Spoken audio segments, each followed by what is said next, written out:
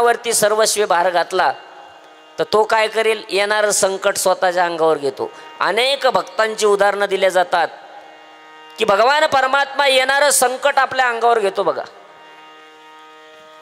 चोखोबरायांची धर्मपत्नी गरोदर होती आणि गरोदरपणामध्ये त्या ठिकाणी चोखोबरायांना पंचायत पडली. आता हिचं बाळंतपण कोण करणार आहे. त्याच वेळेला महाराज प्रसूतीचा काळ आता जवळ आलेला आहे आणि अशा वेळेला भगवान परमात्म्यानं विचार केला, माझा चोखा माझं भजन करतो, माझं नामस्मरण करतो, त्याला मंदिरामध्ये परवानगी नाही, पण तरी देखील त्या ठिकाणी मला क्षणभर विसरत नाही.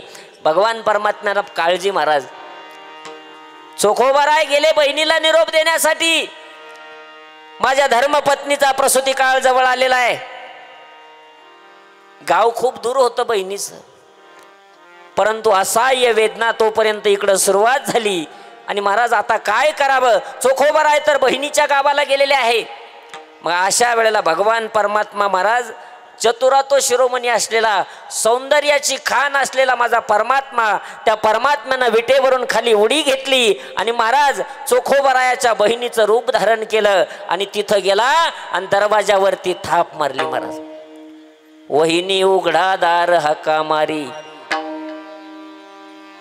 चोखोबाची बहीण झाला शारंधर, वहिनी उघडा दार हाका मारी, वहिनी उघडा दार हाका मारली, दरवाजावर थाप मारली. प्रसूतीचा काळ जवळ आलेला होता, बाळंतपण व्यवस्थित झालं आणि महाराज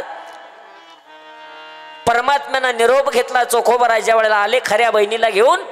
त्या वेळेला पत्नीनं सांगितलं, तुम्ही तर आता इथंच होता आणि कुठं गेलता, तुम्ही माझं बाळंतपण तर तुम्ही केलं. असं म्हटल्यानंतर चोखोबरायाच्या डोळ्यात अश्रू आले.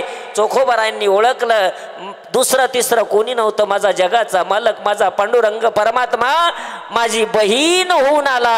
अरे देवा, अरे परमात्मा, तू किती कृपावंत आहे. असा कृपा करणारा भगवान परमात्मा आहे. विठ्ठल विठ्ठल. रामनामाचा जप करा. काय होईल बरं त्या रामनामाच्या जपानं? काय होईल? सुख घडोघडी वाढू लागे, सुख घडो